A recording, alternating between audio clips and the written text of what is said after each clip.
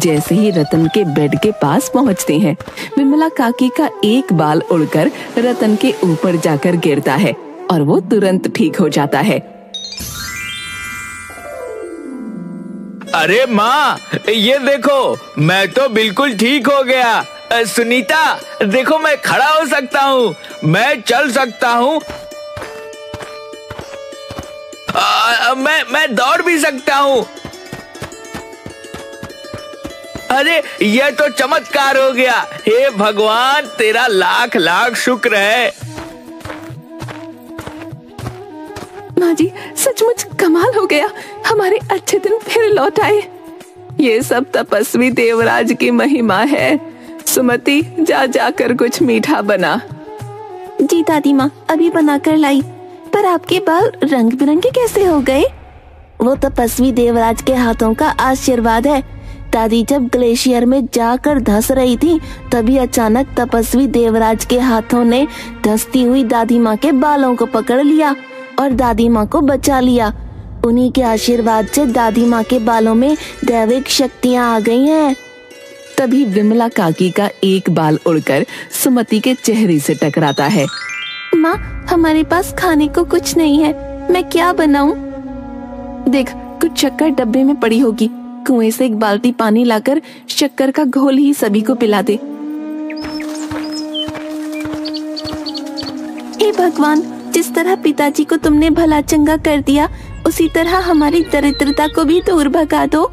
सुमति ने जैसे ही कुएं में बाल्टी को डाला और रस्सी से उसे ऊपर खींचा, तो उसमें पानी के साथ साथ सोने चांदी के सिक्के भी आ गए, जिसे देखकर सुमति चिल्लाई, माँ, पिताजी, देखो कुएं में से क्या निकला।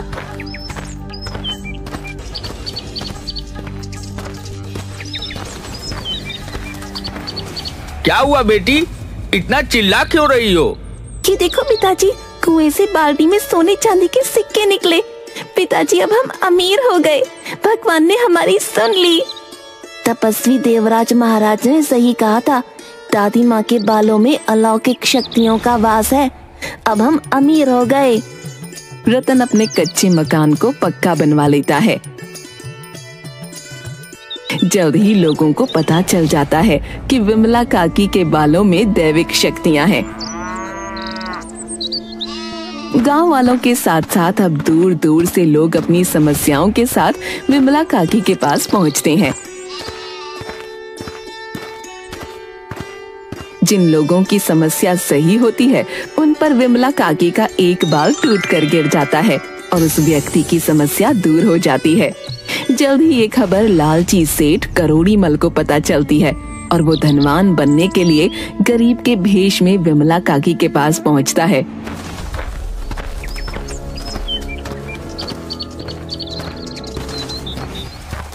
दादी माँ, मैं बहुत ही गरीब आदमी हूँ। मेरे घर में खाने के लिए कुछ नहीं है। मेरे बेटी बेटियां भूखे हैं। देखने से तो गरीब प्रतीत होते हो, लेकिन मेरे बाल उड़कर तुम्हारे पास पता नहीं क्यों नहीं जा रहे। मुझ गरीब के साथ ऐसा ही होता है। भगवान भी मेरे साथ मजाक करते हैं। तुम हमें अपना एक बाल तोड़ के ही दे दो। नहीं बेटा, जब तक तुम्हारी अर्जी सही नहीं होगी, बाल अपने आप तुम्हारे पास नहीं जाएंगे। तब तक तुम्हारा कल्याण नहीं हो सकता। दादी माँ, मेरे भूखे प्यासे बच्चों पर तरस खाओ। मुझे अपना एक बाल दे दो। इस तरह करोड़ी मल विमला काकी से झूठ बोलकर उनका एक बाल ले लेता है।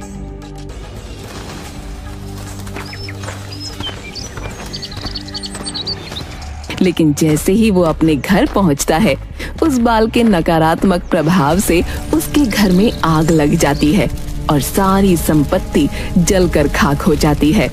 वो रोड पर आ जाता है। उधर डाकुओं के सरदार चंपत सिंह के अड्डे पर। सरदार, सुना है रायगढ़ रियासत के एक गांव में विमला काकी के बाल में जादुई शक्तियां हैं। अगर वह बाल हम लोगों को मिल जाए तो हम लोग धरती के सबसे अमीर और ताकतवर आदमी हो जाएंगे। तो ठीक है, हम कल ही उस गांव पर धावा बोलकर उस बुढ़िया के सारे बाल को काट कर ले आएंगे।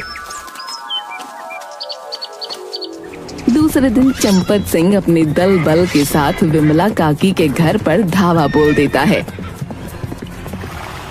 ए बुढ़िया, चुपचाप अपना सारा बाल हमें दे दे, इसी में तेरी भलाई है, नहीं तो तुम्हारे साथ साथ तुम्हारे पूरे परिवार को गोलियों से उड़ा दूंगा। देख बुड्ढी, सरदार को तुम नहीं जानती, इसके नाम से सारा इलाका खाली हो जाता है। चुपचाप अपने बाल को कटवा ले, नहीं तो तेरा खानदान तुम्हारे सामने ही साफ हो जाएगा। अरे ओ जगीरा, बड़े ही रंग बिरंगे बाल है रे बुढ़िया के, 2-4 बाल तोड़कर लाना तो जरा, देखो क्या खास है इन बालों में। जगीरा आगे बढ़कर विमला काकी के 2-4 बाल तोड़कर सरदार चंपत सिंह को देता है। चंपत सिंह के हाथों में जैसे ही बाल आते हैं, उसे और उसके दल के डाकुओं को दस्त शुरू हो जाते हैं। अरे भाई, ये मेरे पेट में ये क्या हो रहा है? हटो मेरे आगे से। आए हाय, मेरा तो काम धोती में ही हो गया लगता है। वो गांव के खेतों में दौड़कर भागते हैं। उसी समय पुलिस वहां पहुंचकर उन डाकुओं को गिरफ्तार कर लेती है। अरे सबको धर पकड़ो ससुरों को, कोई भागने न पाए। बस थानेदार साहब, थोड़ी देर की मोहलत दे दीजिए। अब कोई मोहलत नहीं मिलेगी, सबकी धोती पीली करवाऊंगा, डालो इन्हें जिप्सी में।